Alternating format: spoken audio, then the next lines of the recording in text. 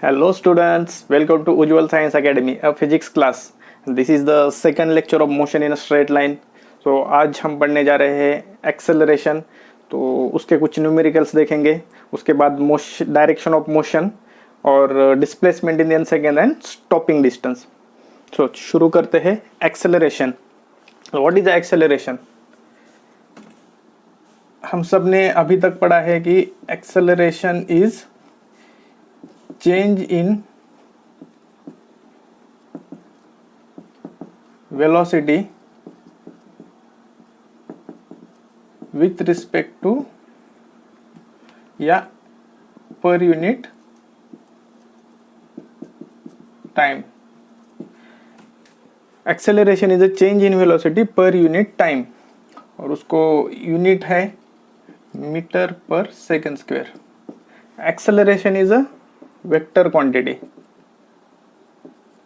means acceleration has magnitude and direction both. Okay, so acceleration का feel कैसे आएगा अपने को? चलो, ट्रेन है, ट्रेन जब शुरू होती है तो स्पीड उसका कम रहता है, तो धीरे धीरे स्पीड बढ़ता जाता है, स्पीड बढ़ता जाता है. स्पीड क्यों बढ़ रहा है उसका? मतलब वही एक्सेलरेशन है. टाइम जैसे जैसे बढ़ रहा है स्पीड भी उसके साथ बढ़ रहा है, तो that is the acceleration. Change in speed with per unit time या change in speed with respect to time. Speed का बढ़ना या स्पीड का घटना दोनों एक्सेलरेशन है. स्पीड का बढ़ना मतलब उसको एक्सेलरेशन बोलेंगे और स्पीड का घटना डिसेलरेशन मतलब वही निगेटिव एक्सेलरेशन. ओके, तो एक्सेलरेशन में भी दो टाइप है. वो अपना एक average acceleration, average acceleration. Average acceleration क्या है? Change in velocity upon change in time. मतलब वही final velocity minus initial velocity on final time minus initial time. Okay, so average acceleration similar to average velocity. Average velocity क्या थी अपना? Change in displacement delta S upon delta T. तो similarly average acceleration is a change in velocity delta V upon delta T. Okay, तो ये formula याद रखेंगे. Average acceleration is equal to delta V by delta T. Okay,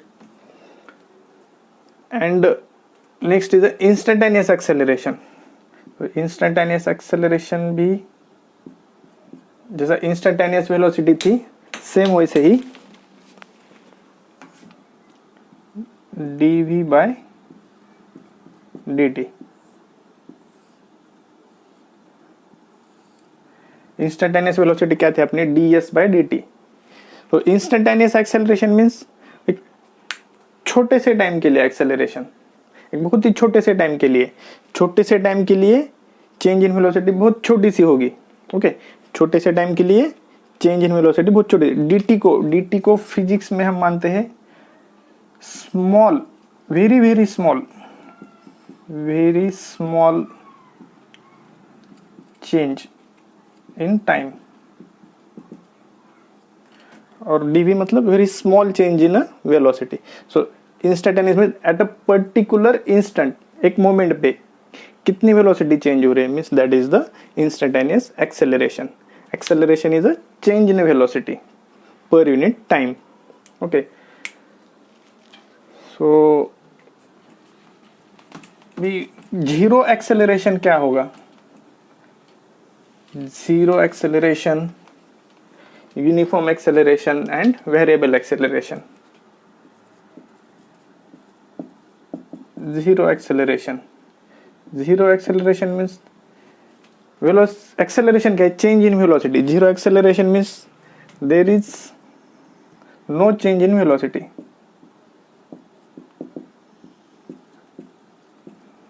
No change in velocity. देखिए VT curve क्या देता है हमें? VT curve gives acceleration. VT curve gives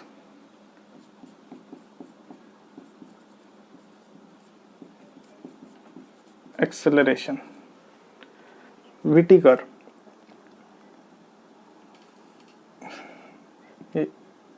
1 second, 2 second, 3 second, suppose ये है 5 मीटर पर सेकेंड। तो देखिए 1 सेकेंड पे क्या वेलोसिटी है, 5 मीटर पर सेकेंड, 2 सेकेंड पे 5 मीटर पर सेकेंड, 3 सेकेंड पे 5 मीटर पर सेकेंड। वेलोसिटी चेंज हो रही है क्या? वेलोसिटी चेंज नहीं हो रही, means that is a zero acceleration. जब ग्राफ VT ग्राफ ऐसा स्ट्रेट लाइन है, हॉरिजॉन्टल स्ट्रेट लाइन, तो समझ लेना कि जीरो एक्सेलरेशन है। Okay, next is a uniform acceleration.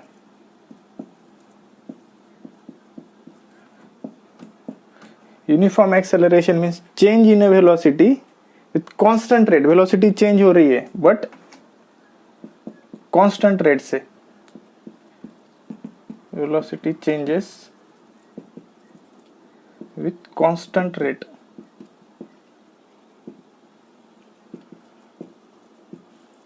Okay, velocity changes with constant rate, so that is a uniform acceleration. So VT curve में देखते हैं, ये अपना VT कर्व, इसका स्लोप कैसा है? कांस्टेंट है। स्लोप मीन्स क्या? Slope of VT curve, slope of VT curve,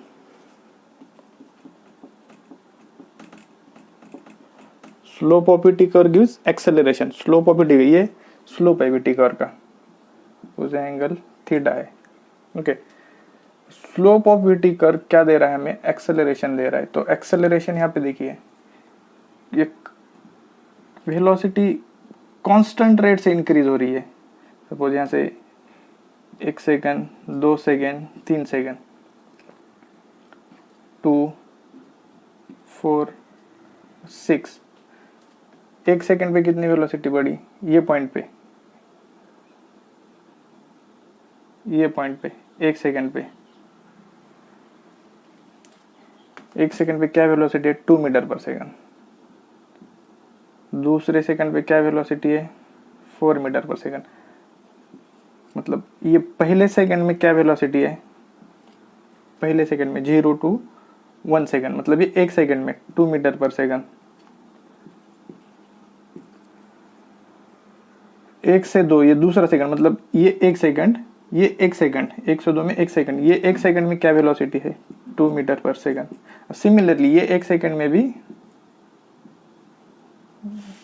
velocity 2 metre पर सेकंड ही आएगी। ओके, सो वेलोसिटी चेंज हो रही है बट कांस्टेंट रेट से चेंज हो रही है।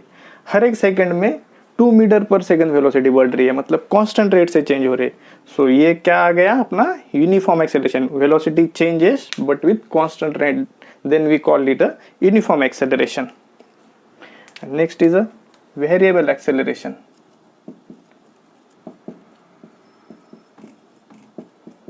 What is variable acceleration? Velocity changes with variable rate.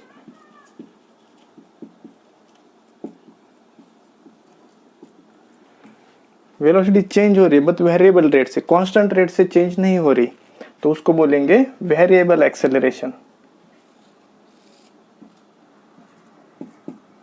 VT curve,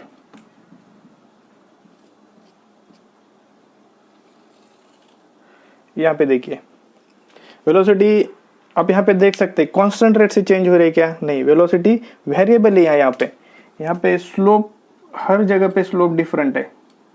ये पॉइंट पे, ये पॉइंट पे ये स्लोप आएगा थीटा, ये पॉइंट पे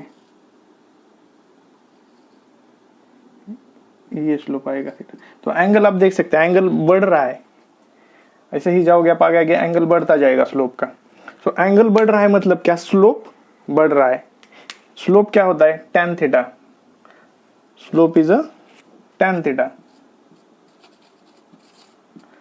tan थीटा हर बार यहाँ पे बढ़ रहा है। देखिए tan थीटा, ये थीटा है, ये थीटा है, बढ़ रहा है। यहाँ पे जाओगे और थीटा बढ़ेगा। तो tan थीटा बढ़ रहा है मतलब स्लोप इसका बढ़ रहा है, स्लोप बढ़ रहा है यानी वेलोसिटी बढ़ रही है।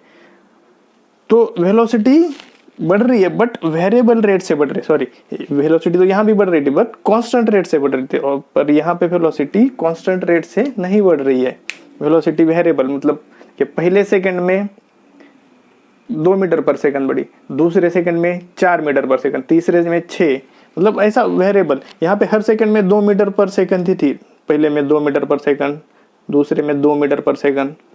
तो यहाँ पे कोई भी रेट से बढ़ रही है, 2, 4, 6, 8, 3, 5 कुछ भी, तो ये वेरिएबल एक्सेलरेशन होगा। ओके, तो समझ में आया, zero acceleration, uniform acceleration and variable acceleration. और इससे पहले हमने क्या देखा, average acceleration delta s by delta t and instantaneous acceleration d s by d t. Okay, so इसमें यही इंपॉर्टेंट था कि average acceleration and variable acceleration. तो ये इसका यूनिट कैसे आया, मीटर पर सेकेंड स्क्वायर। सिंपल है, ये एक्सेलरेशन क्या है, वेलोसिटी अपॉन टाइम, तो इसका यूनिट मीटर पर सेकंड, टाइम का यूनिट सेकंड, तो इसको ही हम ऐसे भी लिख सकते हैं, मीटर पर सेकंड स्क्वायर। ओके, मीटर पर सेकंड, यहाँ पे से भी समझ सकते हैं आपकी एक सेकंड में कितनी वेलोसिटी बढ़ रही है, कितने मीटर पर सेकंड डिस्प्लेसमेंट हो रही है, मतलब एक सेकंड में कितनी मीटर पर सेकंड वेलोसिटी बढ़ रही है। वेलोसिटी क्या है, मीटर पर सेकंड, सो पर सेकंड वेलोसिटी चेंजेस पर सेकंड यानी मीटर पर सेकंड स्क्वायर। ओके, कुछ इसके एग्जांपल देखते हैं न्यूमेरिकल्स।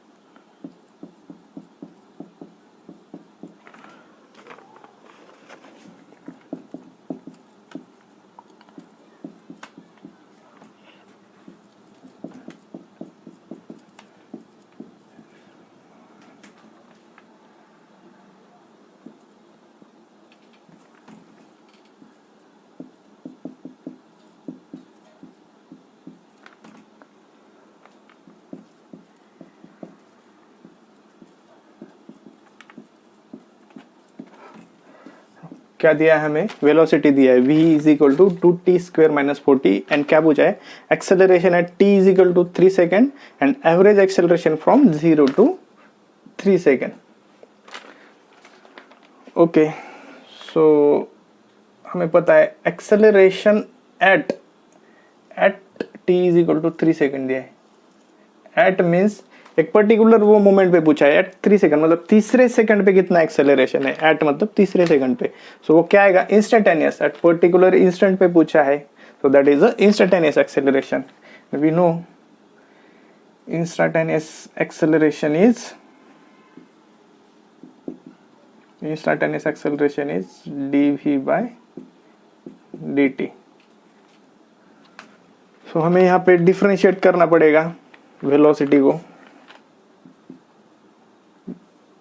वेलोसिटी तो दी है हमें, तो वेलोसिटी को डिफरेंशिएट किया, 2t स्क्वायर माइनस 4t को, 2t का डिफरेंशिएशन आएगा 4t माइनस 4, और कहाँ पे पूछा है हमें, t is equal to 3 second पे, t is equal to 3 put कीजिए इसमें, t is equal to 3, 4 into 3 minus 4, 12 minus 4 आ गया 8 मीटर पर सेकेंड स्क्वायर।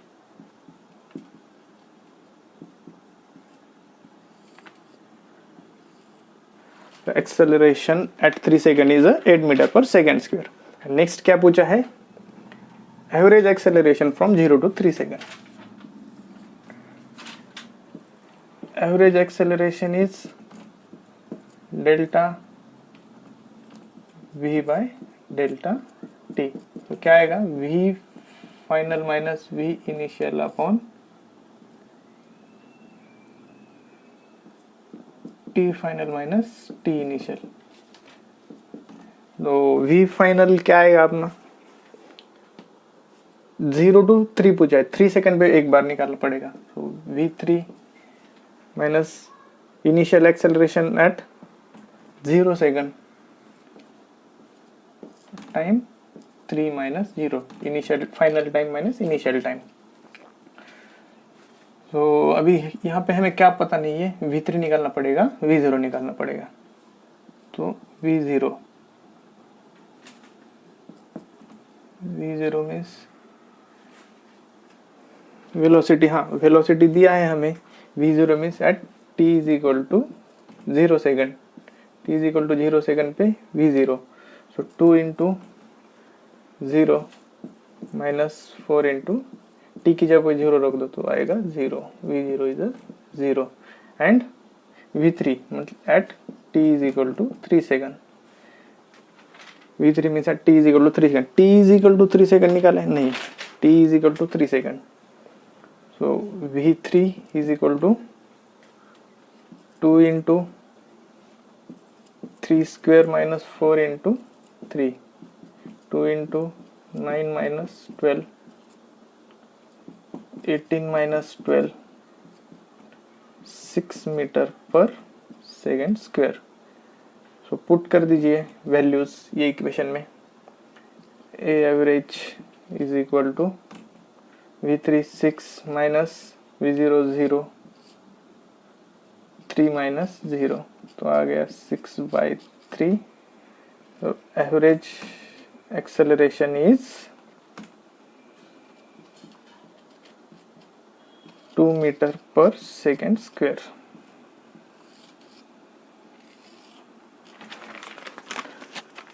ओके, नोट कर लीजिए, पॉज करके नोट कर लीजिए, तब तक हम मिटाते हैं।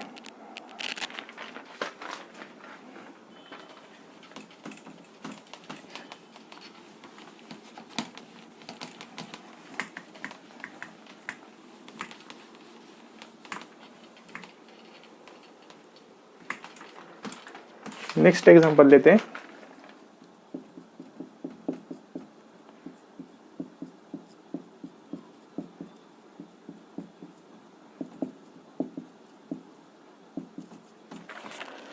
क्या फाइंड करने को बोला है, find acceleration and displacement when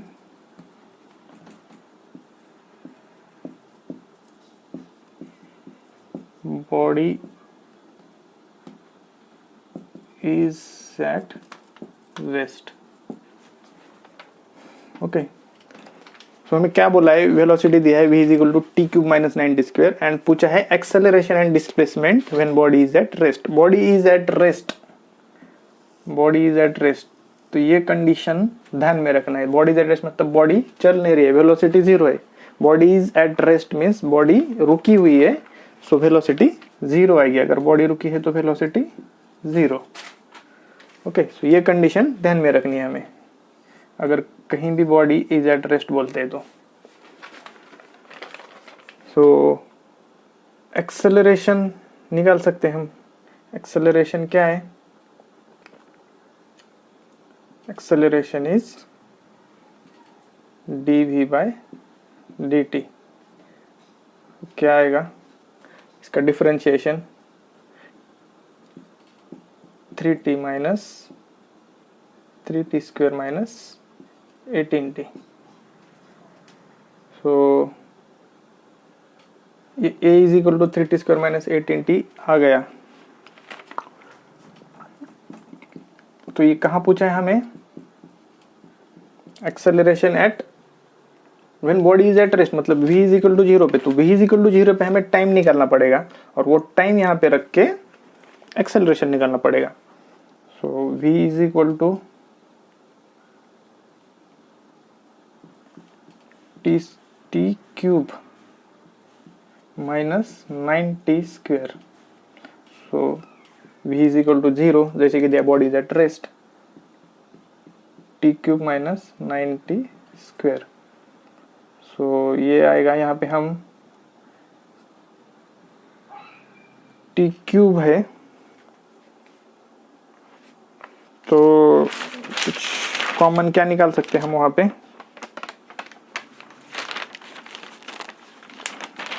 तो टी क्यूब हमें दिया है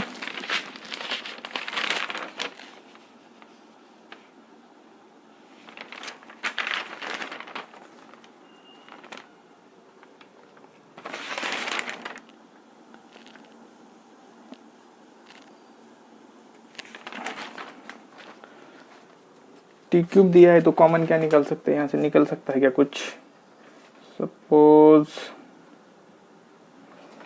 ये 90 स्क्वायर को इधर लेके जाते हैं, ये टी क्यूब 90 स्क्वायर को इधर लेके गए।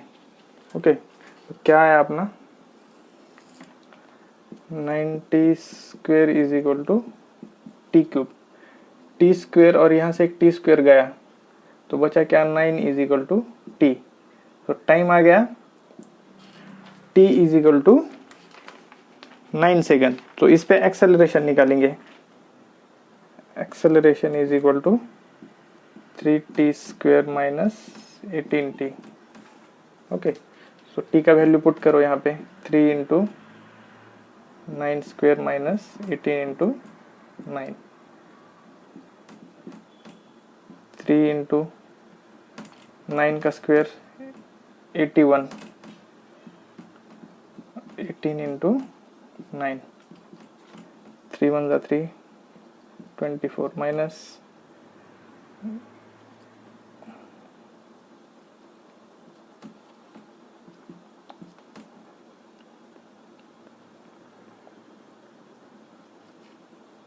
तो एक्सेलरेशन आया 81 मीटर पर सेकेंड स्क्वायर।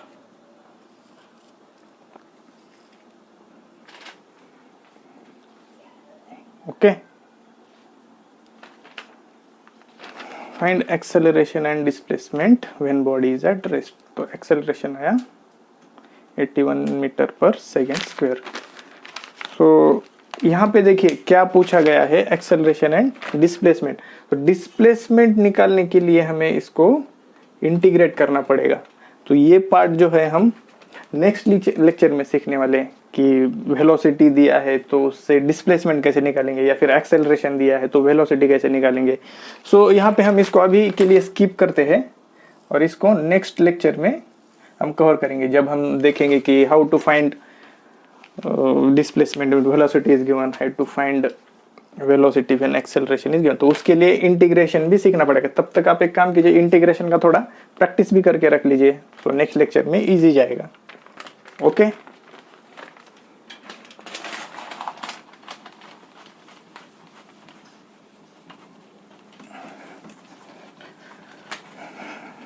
नाउ अभी क्या देखते हैं अपन, डायरेक्शन ऑफ मोशन। तो डायरेक्शन ऑफ मोशन क्या है,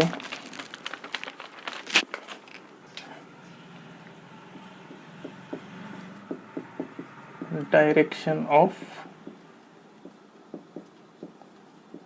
motion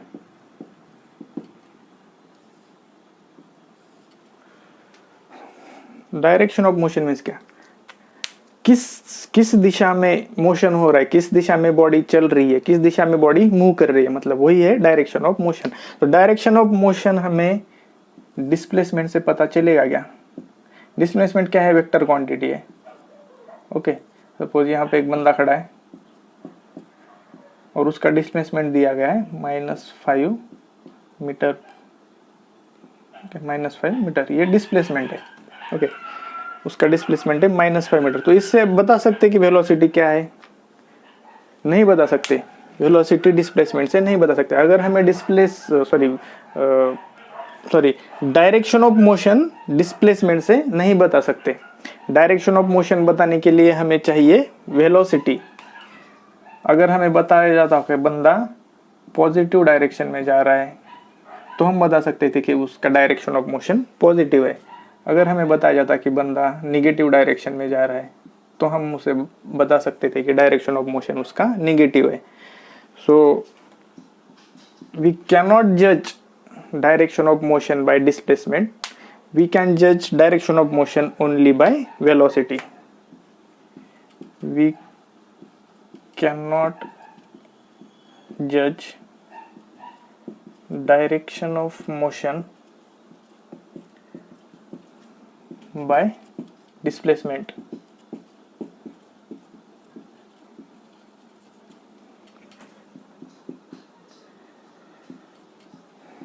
We can judge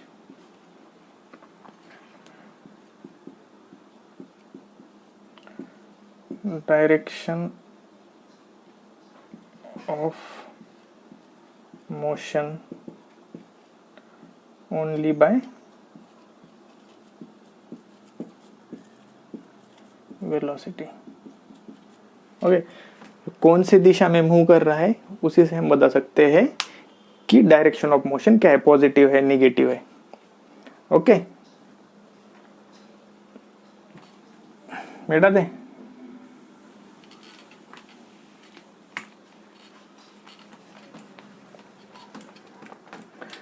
suppose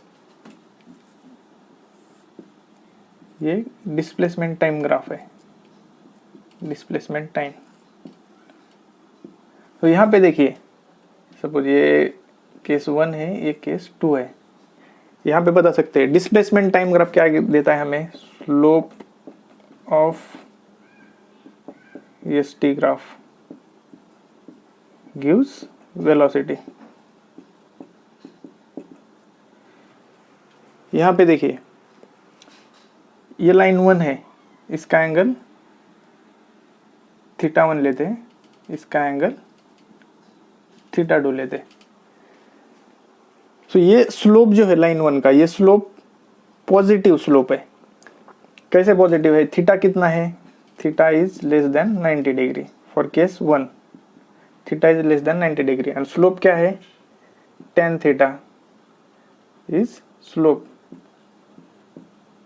and that is a velocity. मतलब स्लोप इसका पॉजिटिव है पहली केस में, theta is less than 90 degree है. कभी भी ध्यान में रखिए, theta is less than 90 degree अगर रहता है तो वो स्लोप पॉजिटिव होगा, और theta is greater than 90 degree है तो वो स्लोप निगेटिव होगा. सपोज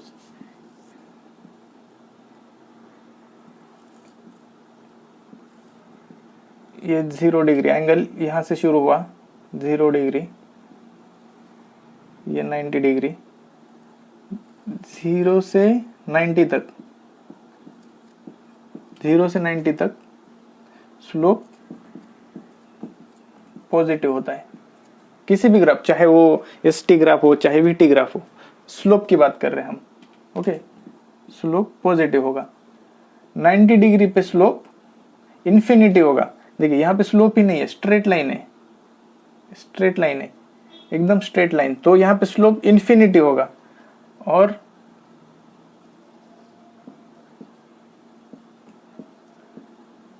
वन 180 डिग्री पे स्लोप, मतलब 90 डिग्री टू 180 डिग्री जो है, 0 डिग्री, 90 डिग्री, 180 डिग्री, 180 डिग्री पे जो है स्लोप फिर से 0 हो जाएगा. 0 डिग्री पे भी स्लोप 0 है. ओके, स्लोप 0, यहाँ पे स्लोप 0.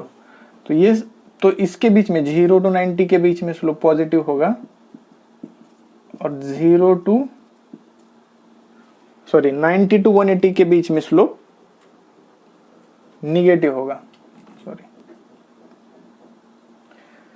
0 टू 90 डिग्री के बीच में slope positive, 90 degree to 180 degree के बीच में स्लोप निगेटिव. मतलब एक बात ध्यान में रखिए, यहाँ पे देखिए अभी एंगल क्या है, less than 90 degree, angle less than 90 degree, तो स्लोप पॉजिटिव आएगा. स्लोप पॉजिटिव मतलब ये वेलोसिटी क्या है, पॉजिटिव है, ये वेलोसिटी पॉजिटिव. और नेक्स्ट सेकंड केस में क्या दिया है हमें, θ2. θ2 यहाँ पे देखिए क्लियरली दिख रहा है कि ग्रेटर देन 90 डिग्री है, थीटा ग्रेटर देन 90 डिग्री. सो tan थीटा क्या है, स्लोप क्या आएगा, निगेटिव। जैसे कि हमने देखा 90 डिग्री से बड़ा हो गया तो स्लोप निगेटिव आ गया, मीन्स ये वेलोसिटी निगेटिव आ गई। केस 1 में वेलोसिटी पॉजिटिव है, केस 2 में वेलोसिटी निगेटिव है। ये स्लोप से, एस टी ग्राफ के स्लोप से।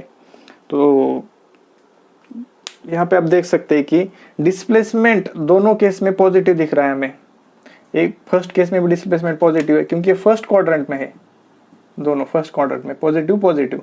ओके, सो ये फर्स्ट केस में भी डिस्प्लेसमेंट पॉजिटिव है, सेकंड केस में भी डिस्प्लेसमेंट पॉजिटिव है, बट वेलोसिटी निगेटिव आ गई। वेलोसिटी निगेटिव आ गई मतलब स्लोप निगेटिव आ गया, तो वेलोसिटी निगेटिव।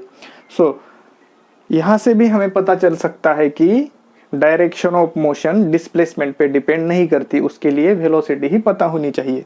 यहाँ पे डिस्प्लेसमेंट पॉजिटिव होते हुए भी वेलोसिटी निगेटिव आ गई, मतलब direction of motion cannot be judged by displacement, direction of motion can only be judged by velocity।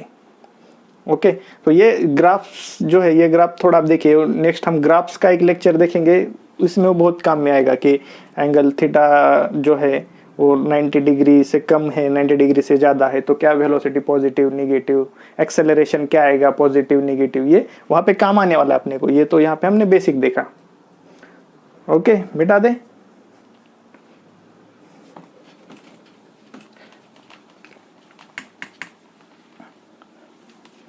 Next क्या है, displacement in nth second.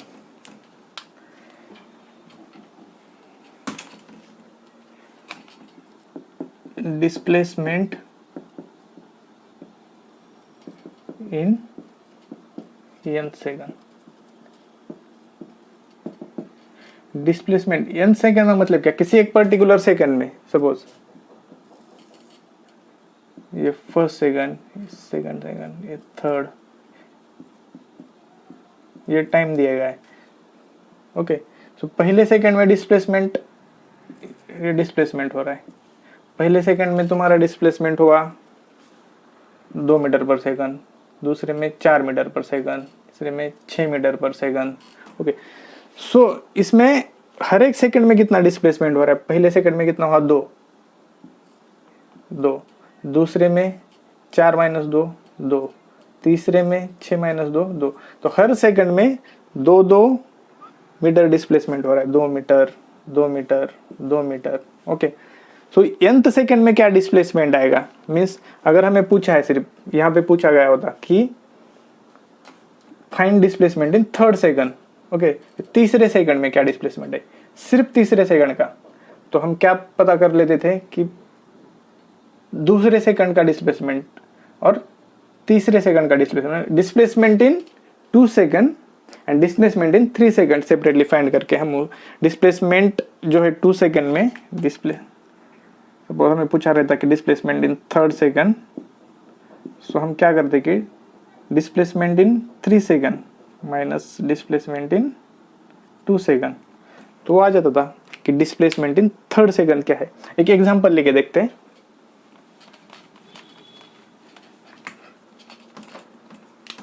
Suppose हमें दिया है s is equal to t² - 4 and पूछा है find displacement in 4th second. Okay, displacement in 4th second कैसे निकालेंगे। Suppose ये एक डिस्प्लेसमेंट हमने निकाला, डिस्प्लेसमेंट इन 3 सेकंड, अब ये डिस्प्लेसमेंट हमने निकाला, displacement in 4 second. In 3 second मतलब 3 सेकंड में कितना डिस्प्लेसमेंट हो रहा है, और इन 4 सेकंड में 4 सेकंड में, 4 सेकंड में टोटल 0 to 4, टोटल 4 सेकंड में कितना डिस्प्लेसमेंट हुआ, और S3 मतलब 3 second, in 3 second 0 to 3 second, in 3 second में कितना डिस्प्लेसमेंट हुआ। सो अगर 4 सेकंड में कितना डिस्प्लेसमेंट हुआ और 3 सेकंड में कितना डिस्प्लेसमेंट हुआ, वो माइनस करेंगे चौथे सेकंड का डिस्प्लेसमेंट माइनस तीसरे सेकंड का डिस्प्लेसमेंट, तो हमें क्या मिल जाएगा, 4th सेकंड का डिस्प्लेसमेंट मिल जाएगा।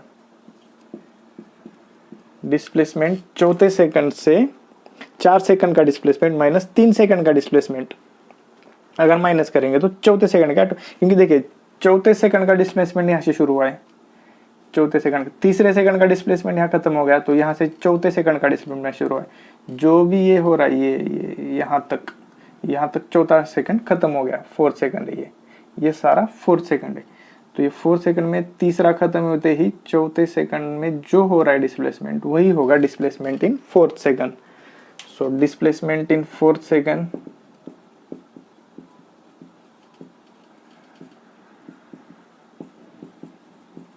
सेकंड इज इक्वल टू आएगा displacement in 4 second minus displacement in 3 second. So हमें क्या दिया है, डिस्प्लेसमेंट इन 4 सेकंड 4 सेकंड, यहाँ पे निकाल दे पहले S4, टी का वैल्यू 4 सेकंड में कितना है, तो 4 का स्क्वायर माइनस 4 कितना आएगा, 16 माइनस 4 12 मीटर। ये समझ में आए, डिस्प्लेसमेंट दिया है तो उसमें चौथे सेकंड मतलब t is equal to 4, t is equal to 4 रखा हमने इसमें ये इक्वेशन में, और तीसरे सेकंड का S3 t is equal to 3 रखते हैं, ये कितना आएगा 9 minus 4 5 metre. So displacement in 4th second क्या है, S4 माइनस S3, S4 क्या है 12 minus 5 is equal to 7 metre. Okay, so ये हो गया डिस्प्लेसमेंट इन 4th सेकंड। तो एक वही इसी से एक फॉर्मूला डिराइव करते हैं, डिस्प्लेसमेंट इन nth सेकंड क्या आएगा, डिस्प्लेसमेंट इन nth सेकंड माइनस डिस्प्लेसमेंट इन n minus 1 second. n second में कितना डिस्प्लेसमेंट हुआ, और n के जस्ट पीछे वाला सेकंड n माइनस 1, जैसे यहाँ पे देखा हमने कि चौथे में पूछा था तो पहले चौथे का निकाला, जस्ट उसके पीछे का तीसरा सेकंड, तो वैसे यहाँ पे n सेकंड और n के जस्ट पीछे का n minus 1 second. So displacement in nth second we can find by displacement in nth second minus displacement in n minus 1 second. Okay. So next concept है अपना stopping distance. Stopping distance बहुत ही simple है। Stopping distance क्या है?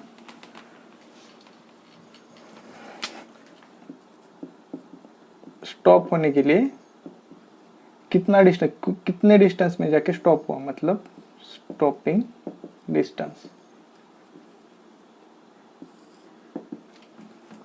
Suppose एक car चल रही है, 50 किलोमीटर पर आवर से एक कार चल रही है, तो कुछ डिस्टेंस जाके उसने ब्रेक लगाया।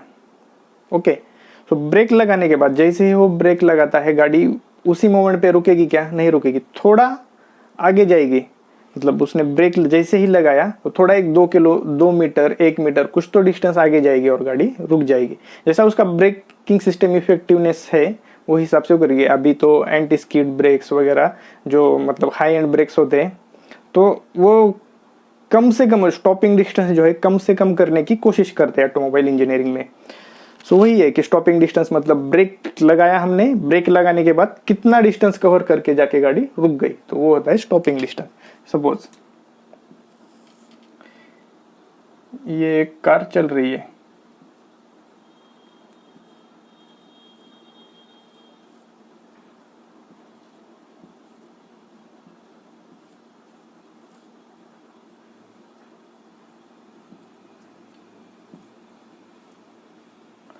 ये कार चल रही है, ओके, ये डायरेक्शन में।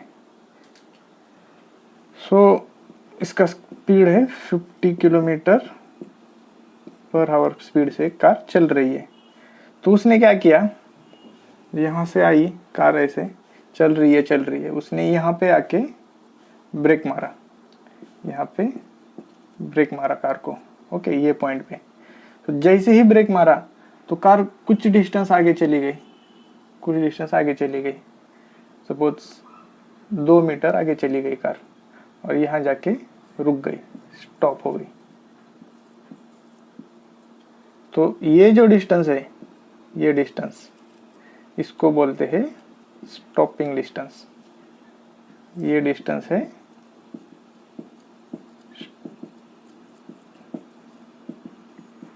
Stopping distance. ओके, और इसका फॉर्मूला है, फॉर्मूले से अगर निकालना चाहे तो ds is equal to U square upon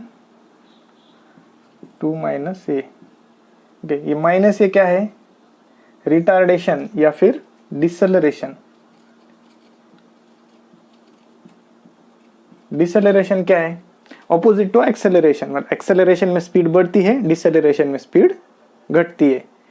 When speed is increasing, it is acceleration, but speed is decreasing, it is a deceleration. Okay, तो ब्रेक लगाने के बाद तो स्पीड कम ही होगी, इसीलिए ये डिसलेरेशन। ओके, तो इसको ही ऐसे लिख सकते हैं ds is equal to U square upon 2a। Minus से पूरे इक्वेशन में बाहर लगाया, ये माइनस जो था ऊपर लेके जा सकते हैं अपन, उसको माइनस को बाहर निकाला तो minus of u square by 2a is a stopping distance. Stopping distance का फॉर्मूला। ओके, इसमें u क्या है, u है इनिशियल वेलोसिटी।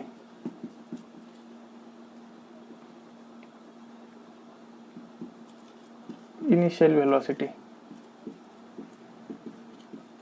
एंड माइनस ए क्या है, डिसलेरेशन। Stopping distance depends upon initial velocity and deceleration. Stopping distance depends upon two factors, that is initial velocity and deceleration. Okay, so that is for today. So next lecture में देखते हैं कि how to find velocity when acceleration is given, how to find displacement when velocity is given. So इसके लिए हमें integration का use करना पड़ेगा, मैथमेटिकल टूल्स जो है उसमें से इंटीग्रेशन को यूज कर। तो आप थोड़ा इंटीग्रेशन के बारे में पढ़ के रखें, थोड़ा मतलब इनिशियल बेसिक, तो हमें मतलब न्यूमेरिकल्स वगैरह सॉल्व करने के लिए इजी जाएगा। सो होप कि आप थोड़ा पढ़ के रखोगे इंटीग्रेशन नेक्स्ट लेक्चर में। और जो हमने अभी भी देखा एक प्रॉब्लम हमारा बचा था जिसमें डिस्प्लेसमेंट निकालना बाकी था, वो भी हम कवर करेंगे तो आपको पता चलेगा। सो पढ़ाई करते रहे और बाय, टेक केयर।